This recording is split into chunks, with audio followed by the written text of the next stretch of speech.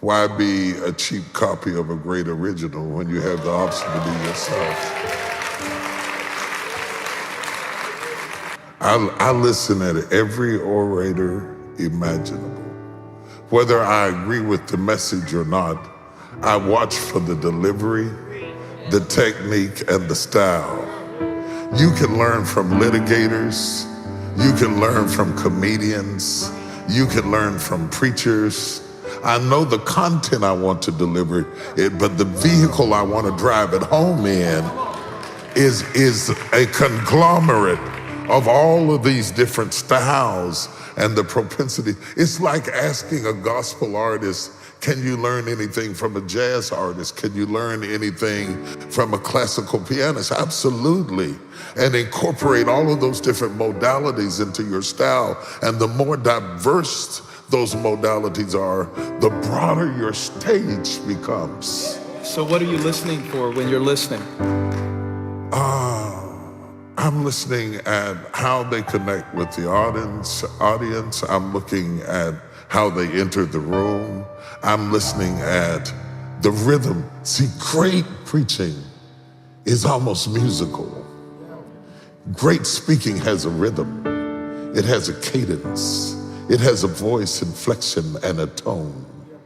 It has the ability to have a rhythm that is syncopated in such a way that the hearer can hear it in pace and in rhythm, so much so that if you start to speak and you draw the audience into the rhythm of the pace of the speaking through which you are conveying information, and then in the middle of the pace and the rhythm, you pause. The pause is what I call the pregnant pause. It's what David calls Selah in the Psalms. It is a moment for them to ingest, digest, and appropriate what has been spoken before. And sometimes the exclamation of the importance of the statement is the silence that you let it ride in on. Does that make sense? Yeah. And most young preachers are afraid of the silence. Why? So they run to make noise because they need the affirmation that the crowd is still there. But you have to have enough confidence in the material that God has given you that it will do what it was created to do. And the Word of God does not need crutches. And to those that are litigators and prosecutors and those who are running for election and those who are applying for a job, truth needs no crutches. If it is true, it is true. And the human ability to sense truth is utterly amazing. It is not just the verbalization of paragraphs and the conglomerates of chapters. It is, we hear with more than our ears. We hear with our eyes. We hear through body language. We hear through voice inflection. We hear through pitch and tone. This is what's wrong with marriage, is that sometimes your mouth is saying something, but your body language is saying something else. And women who are particularly intuitive are not just listening at what you said, they're listening at your body language and the way your eyes flinch and the way you didn't look me in the eye when you were saying it. And all of that brings them to it. See how the women are clapping? Come on, sisters. Come on, sisters. Talk back to me. Holly! And this is how the man gets trapped, because he thinks, I said the right thing. But they don't understand. She's hearing with her eyes. Yeah, she's hearing with your behavior. She's hearing with how you dropped your pitch and changed your tone and looked away and did not look her in the eye. And all of that says that you're avoiding the straight on gaze that comes when you are sure of who you are and what you said.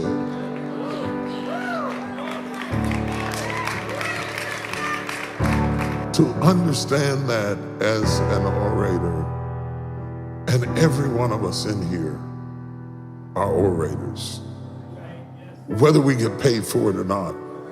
We deliver messages to our children, to our wives, to our husbands, And our family depends on how adept we are at communicating. And here's the challenge. It is one thing to communicate a fact. 2 plus 2 is 4. Whatever goes up must come down. To communicate a fact is one thing. To communicate a feeling. Some people have not made a connection between heart and mouth. The Bible teaches, with the heart man believeth unto salvation, but with the mouth confession is made unto salvation. So to be able to articulate, I'm sad. You know, I'm sad today. I am so sad today that it feels as if I will never smile again.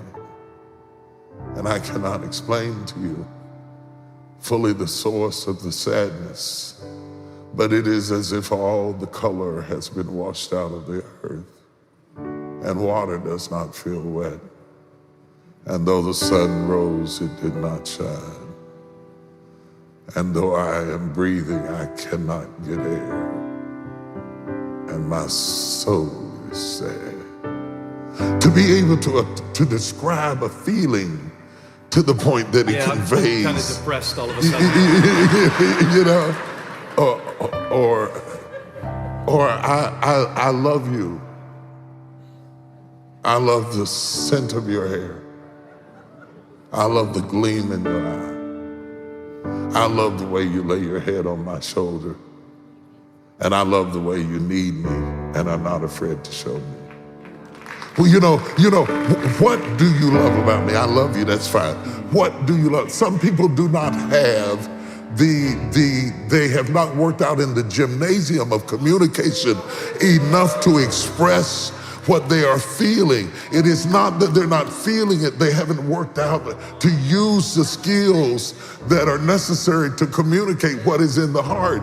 And so many marriages explode for the lack of something that both of them have, but they drop the mic. They don't communicate effectively one to another what you need. And so you leave this woman who actually had what you needed but didn't know how to give it for some other woman who knows how to talk it but doesn't mean it, like the woman you left. And that's also true with the men, irrespective of gender. This is what happens, and this is what happens in our country and in our world, where we are talking at each other. Most of the time, couples don't really listen. In the book, I talk about listening because I think that the art of being a great speaker is being a great listener. So I listen at you. I listen at you. I listen at other people. I listen at everybody speak. I listen at somebody when I'm counseling. I'm a fierce counselor because I listen at you and I remember what you said. And I draw a line between everything that you shared with me because listening is more important than speaking. If I lose my ability to hear right now, gradually my ability to speak will begin to erode because I can no longer hear, so my ability to speak begins to deteriorate because there is an association between hearing and speaking. So the art of being a great speaker is also being a great listener, listening at the text. Listen at the text. Now Moses, my servant, was dead. But as I was with Moses, so shall I be with you. Listen at a God who Moses dropped, and while Israel was still grieving, God turned his head and continued talking to Joshua as if nothing had happened at all. Now Moses, my servant, is dead. But as I was with Moses, so shall I be with you. In other words, nothing important has changed. I am still the same. Moses is dead, but I am still the same. And I will continue my purpose irrespective of my vessel. And I am going to do it through you. Not do you want me to do it through you? Not would you like for me to do it through you? as I was with Moses, so shall, oh, it's a boss move. The text is a boss move. Yeah, it's a boss move. And so but you can't read it and get that. You have to listen at it. You have to feel the intensity of it.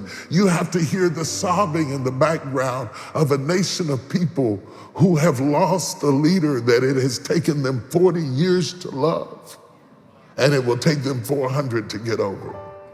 And while they are weeping at the bottom of the mountain, God sheds not one tear over Moses. He knows exactly where he is. He will have him escorted by his angels out of the situation where they last saw him. Rather than to weep, he turns his head and said, I will continue everything I was doing through you. That's what's happening now. God is turning his head. Great leaders are passing, great leaders are retiring, great leaders are expiring, and God is turning his head to the next generation and saying, as I was with Moses, so shall I be with you.